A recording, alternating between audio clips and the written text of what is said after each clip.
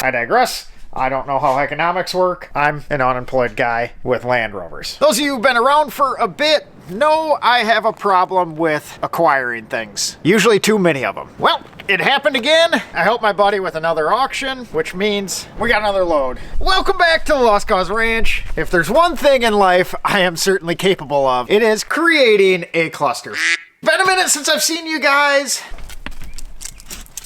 And it's been a minute since Sasha's seen you too. But it's been quite busy around here, and ultimately, the big thing messing everything up was I was a little under the weather for a week or two. That coupled with helping out a buddy at an auction put us a little behind. But we got some things we need to get done around here, including the dashboard for the LS3 swap Defender. So that means we need to finish sorting out our little mini fab area and getting the computer all set up for our $1,000 CNC plasma and that thing fully functioning and ready to go. So let's get you caught up on Joe's mess of the last couple weeks. Hey, it's not all bad. At least we got to do a little wheeling with Ted too. I mean, I wasn't even super sick, but I just had zero motivation or drive to do anything and just wanted to lay around. They say no rest for the wicked. I must not be too wicked. But we stacked up quite a bit of stuff, created a mess around here, even had a bucket truck laying around for a bit. The common denominator in all my problems in life happens to be me. I'm my own worst enemy. Let's get back to checking out what we loaded up on at the last auction before we get to sorting out the rest of our little mini machine shop and getting that $1,000 CNC plasma all buttoned up and ready to create projects. Don't worry, there's more.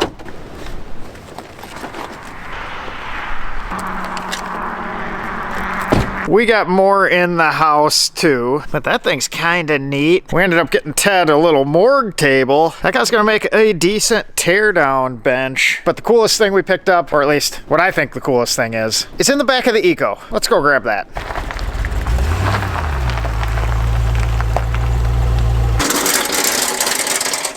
Probably gonna need this.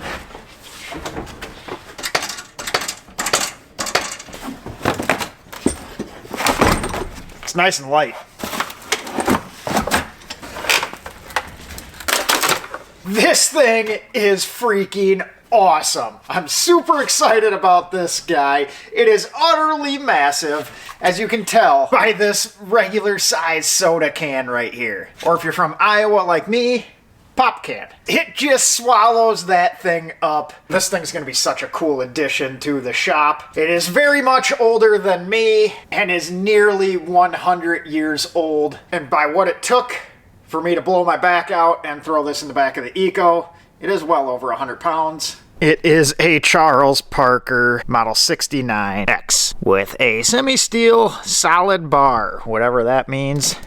We'll find out. It is gonna need to be gone through. It's a bit of a lost cause like the rest of us around here, but it is a super neat piece that I think's worth saving. We'll make up a new set of jaws. We have to fix a little chip off the back of the tail here, and then just go through this guy and get it back up to looking like new. I would have never thought in my life that I'd be so excited to buy a big chunk of iron. But this vise, it's freaking sweet. Look at it. So the world works in funny ways. We just went from working on some of the oldest automotive technology in the last video to some of the newest. So went ahead and got our little TV mounted up. And we even have it on an articulating arm. That way we can throw it. I imagine most of the time it's gonna sit somewhere around there. And I think this is making a very nice little area for the CNC plasma. That is the $1,000 one if you didn't see that video. But now that we got that in place, we need something to power the monitor. And more importantly, the plasma machine itself. That's gonna be our computer tower there. And we got our plasma unit right there. Originally my intentions were to make a mount along these wheels here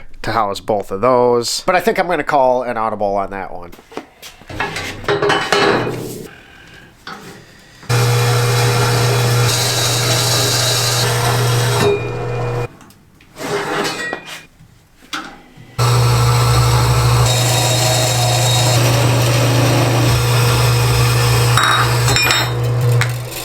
All right, now that I got this cut apart. I'm gonna call an audible on the audible once again, and we're gonna go back to hanging this on the legs. I originally didn't want to do that because I wanted to be able to wheel it out of the way, to be able to crawl back here if I needed to get under the table without having to remove the table. But now that I cut this piece down to the size I wanted, and I'm getting a look at it in the physical sense, I'm gonna go back to sticking it something like that, and I'm thinking computer tower recessed down like that, plasma going on this side, and with this recessed and then the plasma stepped up, we'll create a little cubby hole here, which would be a nice place to store some consumables. Speaking of these guys, I'm a big proponent of shopping local when you can, and with the razor weld plasma, the nice thing is they can actually use a genuine Hypertherm consumable from a PowerMax 45, which I'm happy with. We've always used Hypertherm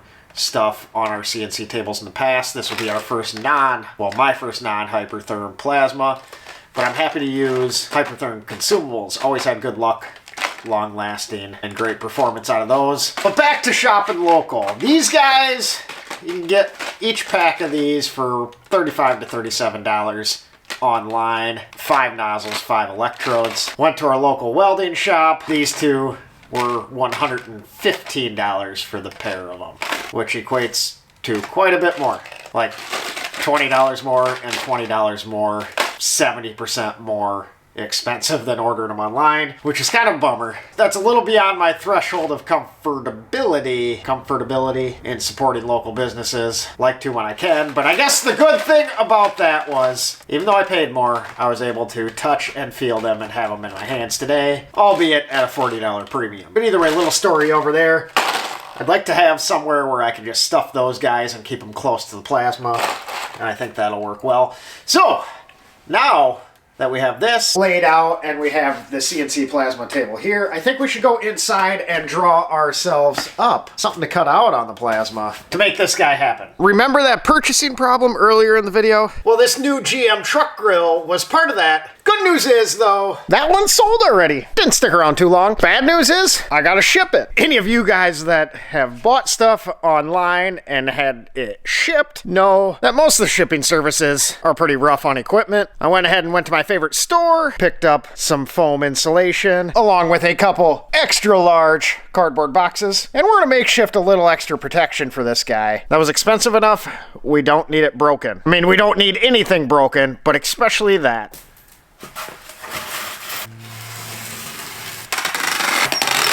We made a styrofoam cooler. But no, in addition to keeping the grill nice and temperature controlled, this will be a little bit extra shock absorption for when they toss this thing around and possibly run it over. Who knows what they do. Once you hand your package over, just need to slap a little more tape on it, and this guy's good to go. Welcome to a day in the life of Joe. It's always nice when some of the junk I buy also leaves. So we have our very detailed notes and our plasma cam software up. For drawing simple shapes, I love using this still. Originally started out with a plasma cam CNC, and they're kind of designed around fitting in high schools. So simple projects like this, I can knock out pretty quick on this. We're gonna do our bottom tray in 2 pieces. First one's gonna be pretty simple, right like that. An 8" by 20, whoops, I messed it up. It's supposed to be 26.5, I did 27, so let's change that. 8" by 26.5" rectangle. We'll export it. There's our basic shape of our second piece. We just need to account for the rounded edge on the tube. Done. Here's another part. You'll see what that is for in a minute here, but I just wanted to show you what is called sheet cam. This is a post processor that converts your drawn part into a G-code that the table or a CNC machine can cut. What it does is it calculates the offset for you, and then here's our start point with a lead in, and it'll cut around and lead out along with our holes.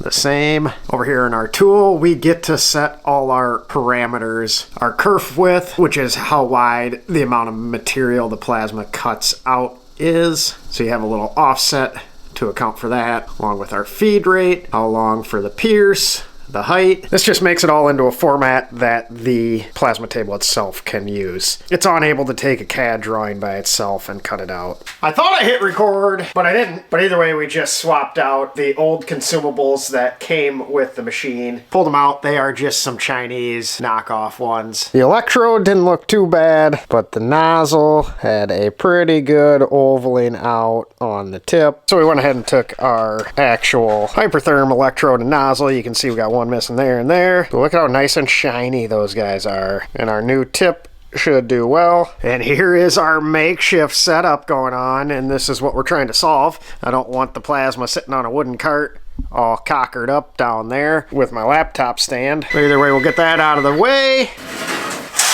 Toss our sheet up and see what kind of damage we can do. And here I thought we were done with all of this white stuff. I guess it still is March. Mother Nature just kind of tricked us a little bit this year. We've had like a month and a half of 60-degree weather. Now we got some more snow. And here I was thinking I didn't have to move south yet again. Really should move south. It is pretty though.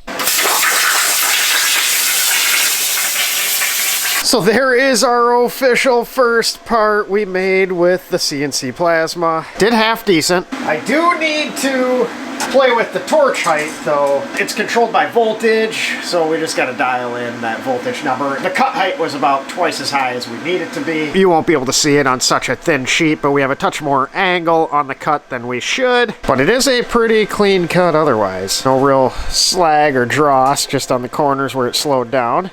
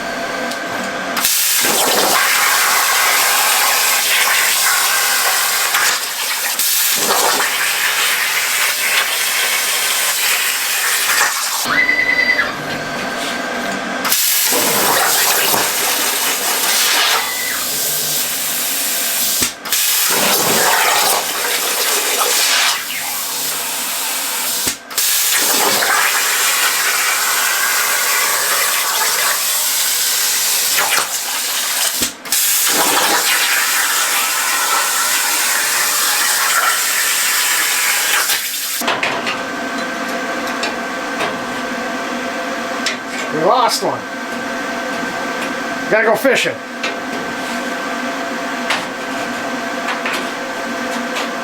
There we go. Last piece. We'll continue to tweak on it, but it actually is starting off pretty good. That is 1/8 inch steel. Top side, bottom side here, top side, and bottom side. So not a whole lot of slag. We'll be able to dial the rest of that out. Smaller holes always have some, but this is the amount of slag that we can tap off just like that, and it cleans up right away. Then our 16 gauge pieces turned out pretty nice. Got our radius pretty well cut in there. Bended square tube, there's some deformation, so it looks a little odd in spots, but no, that is right. So it is cutting an accurate part. We just need to get into the metal brake now.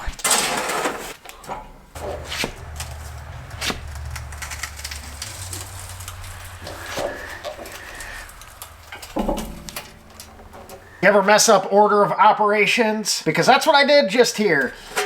We need to bend right about here back and make this into a Z. I should have bent this one first and not this one, because now that's not deep enough. You should always try not to get ahead of yourself. Usually doesn't work out. So we did a little bit of modification. We should have a touch more clearance without this guy in the way.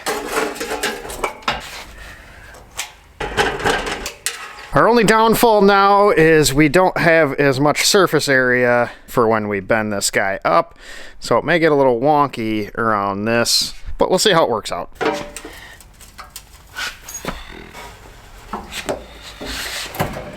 So we're getting pretty close, but it kind of did what I thought it would do, and you can see right there, it just kind of cams over and doesn't press up anymore. So I think I'm gonna throw the angle iron back on, and it's gonna press up against this part, but maybe that'll make everything that we need to happen. We'll see.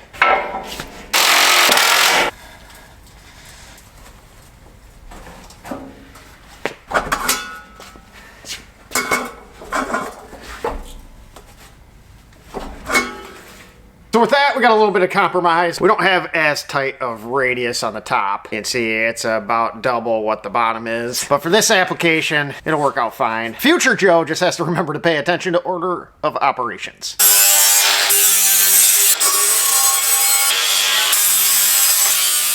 So our first piece is gonna sit something like that. We'll make sure this still slides in. Good deal.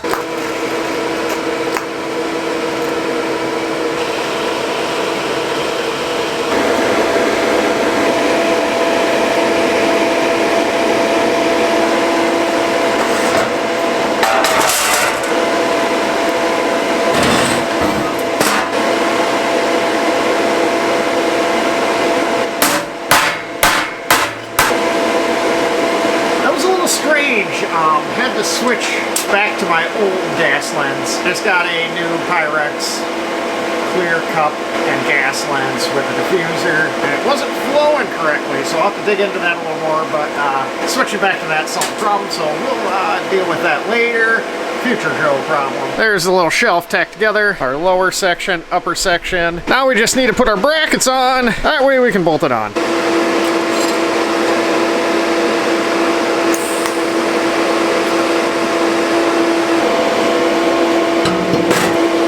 There is our complete, well, almost complete shelf. So we got our lower tier, upper tier, and these will be our mounts that bolt onto the side of the legs here. So it'll be all contained in one singular unit. Our computer tower is gonna sit just like that, leaving space for the plasma right on the upper tier. The not complete part of this shelf is on the back side of the plasma, we have another little water trap filter. And if we leave that with a straight in, no bend, unrestricted entrance into the back of the plasma, you can see it sits below the plasma. So we'd either have to move the plasma and hang that off the back side, or we can do this.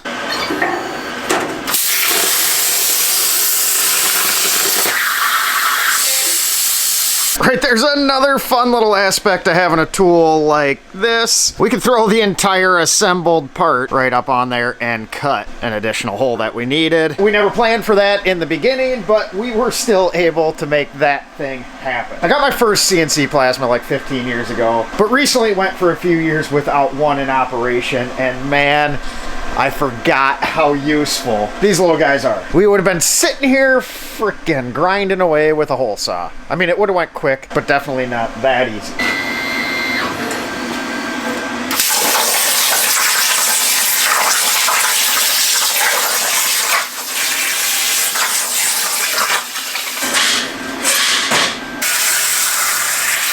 The water table's actually doing a pretty good job of keeping all the dust and smoke under control. Granted, we're not doing any long cuts yet, but I think that, coupled with a fan there, and this will be a pretty money little setup. We'll keep getting it a little more dialed in there.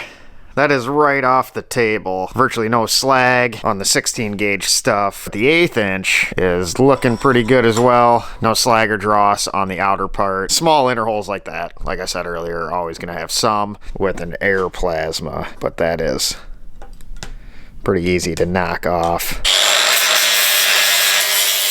Much less work than drilling out the holes. If these holes were critical dimension holes, we would chase this guy with a drill bit, but for the purpose on this one, that'll do just fine. But the way to do that, if you need to, is to undersize the holes and chase them with the correct size drill bit after the fact. We'll keep working on this. We should be able to get that a little bit better.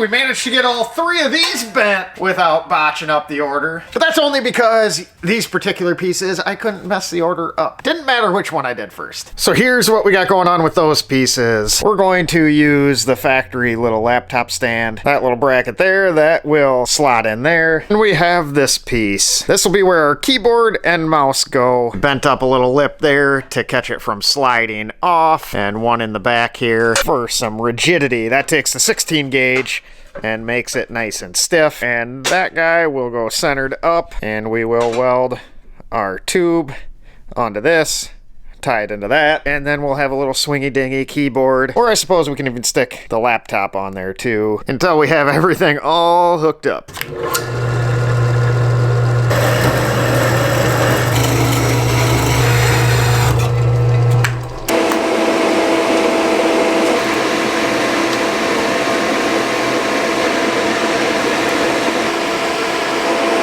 Tiny bit rusty on the TIG welding, but we're getting back at it. Just need to mark out where we want this. It's gonna be something like that. I just want to be able to clear up over the table in case we want to fold it in.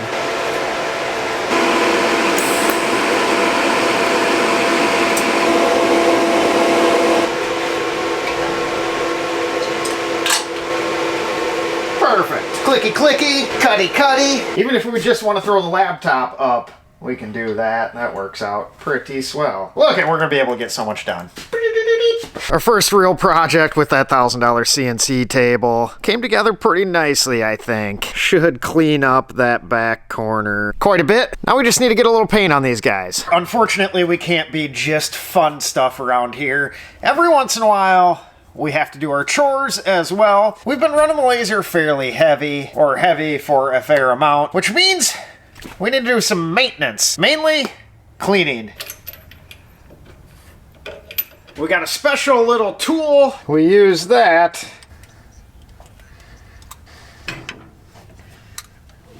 Ooh, we might need a new one of them. That guy may be frickin' chooched. Like we burned it up. But either way, we do some, well, we do some IPA, but not the kind you drink. So we're going to throw the bad one back in, and I need to order one of those. And we'll clean our mirror too.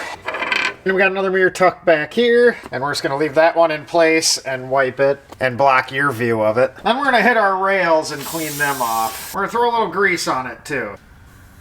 Ready to go. Well, kind of. We need to get a new lens, then it's ready to go. But being the good owner of tools I am, I'm going to use it anyways. I guess the lens is already chooched, so it's not going to get any worse. It's already garbage. And we went ahead and bought some more stuff. This time it was a shelf so I can store the stuff that I buy. See, I wouldn't need to buy the shelf if I didn't buy the stuff.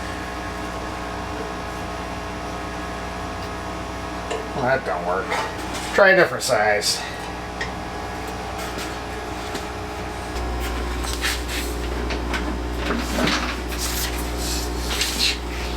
There's so much room under here. In the meantime, we got the laser working away. Kind of like having an employee, but one that never complains or needs to take a lunch. Although, you do have to clean it every once in a while. Typically never had to do that with an employee. You just use your knee to force the drill in. While I'm tucked away down here, I also get to use my favorite tool. That is right, the little riv nut guy, where we slam a threaded insert into the hole.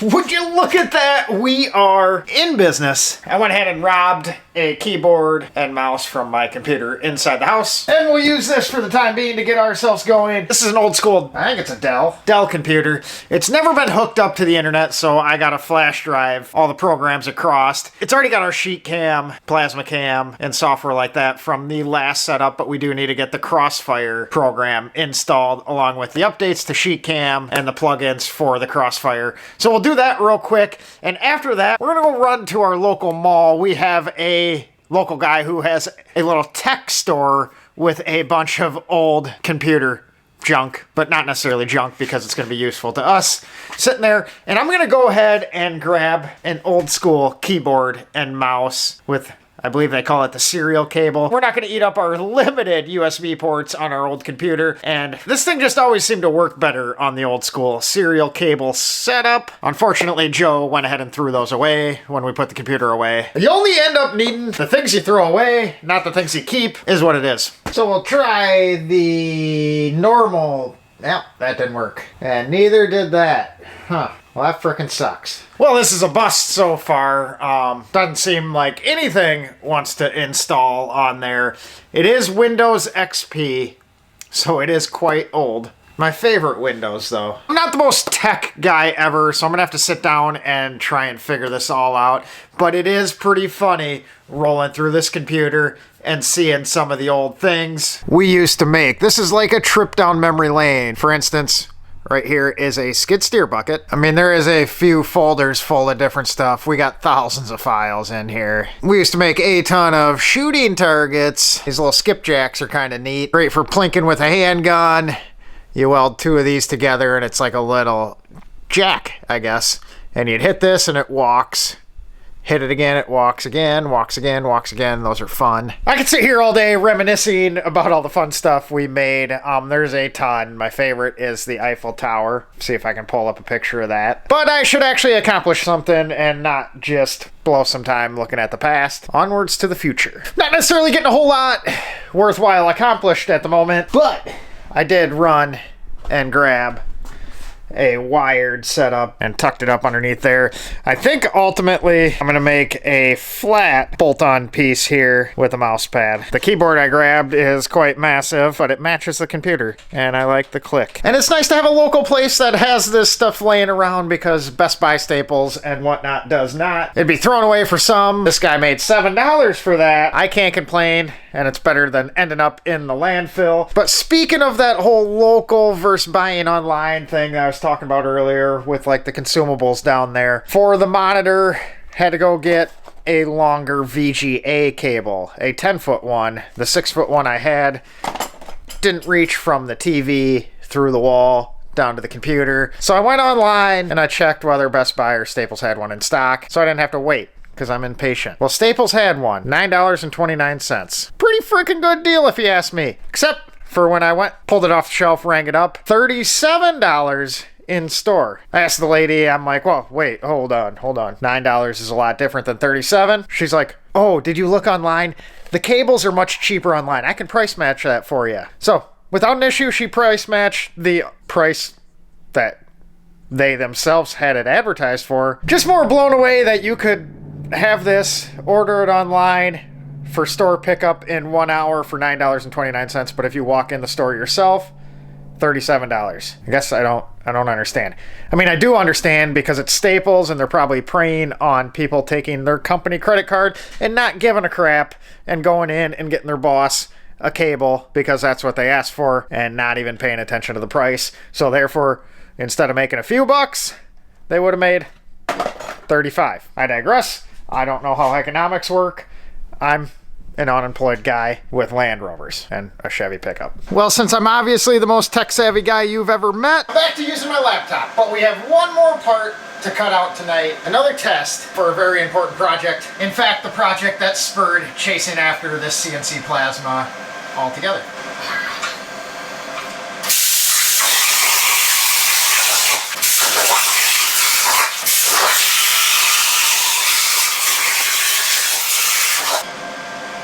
Right here is our start to dialing in some aluminum. Yes, the next project with the CNC plasma is going to be the custom aluminum dashboard for the LS3 Swap Defender. It's going to be out of 16 gauge aluminum, and we're going to use this little piece to start dialing in our speed and kerf width so we can make a dimensionally accurate part, because unlike the shelf for the computer and the plasma unit, this is a little more dimensionally critical than that.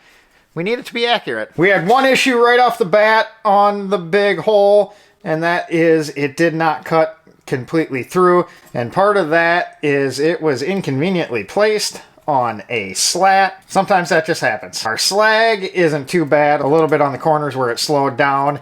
On our test piece, I did 2 square corners, a chamfer, and a fillet just to see how it do on a rounded edge. So on the 90-degree angle, the plasma has to slow down quite a bit to make that corner. And sometimes you have to loop out and around to get a nice square corner, but it looks like it did a pretty good job. So this hole, the bigger hole, is supposed to be 1.5 inches, and we were 1.485, so 15 thousandths under. Small hole is supposed to be 3/4, and we're 0.74, so 10 thousandths under. We are supposed to be 3 inches wide, and we are 3 on the money, 2.9999. So that is nice there. 4 3/4, 4.744, so 6 thousandths off there. So I think we're gonna have to adjust the speed on the inner hole, because obviously the kerf width we dialed in is correct if we're getting dead nuts on the outer dimension. So I think we just need to slow down the center hole. And I also want to throw this thing in the brake and check out what kind of radius we get straight off the sheet metal brake. So right there would be our tight radius, and that looks like it should be a nice looking amount for pieces of the dash. Certain parts we're gonna have to make a bending jig because I want a larger radius like the top pad, but this for the sides and the center console I think should do well. But with that being said, I appreciate you guys watching, appreciate you subscribing, and thanks for following along today with a little bit of randomness, and we're gonna get back into the swing of things. You might even see throughout the video my voice changed, and I'm starting to feel 100% better. I sound a whole lot less stuffed up. At least I believe I do. Let me know if that's all in my head, but I'm happy to have our plasma area into a useful state. We got to do a little tech sortie above my pay grade, and we certainly have our little mini fab shop in a good position to start busting some projects out of here. It's a lot of work to be able to start doing a lot of work. But hey, while you guys weren't looking, look what else I went and bought. It's a cool little 1/2 horsepower Craftsman tombstone bench grinder from the 70s. Look at that vintage look. But no, that's neat. We're gonna have a project in the future making up a belt grinder for that guy. That should be a fun one. And I also think I'll bring you guys along as we restore this massive Charles Parker vise. If you look, it's got a crazy vise jaw setup, and each jaw was hand fitted from the factory with a couple pins here. So I think we're gonna bust out the mill and make ourselves a set of brass jaws for that, and that should be quite the trip.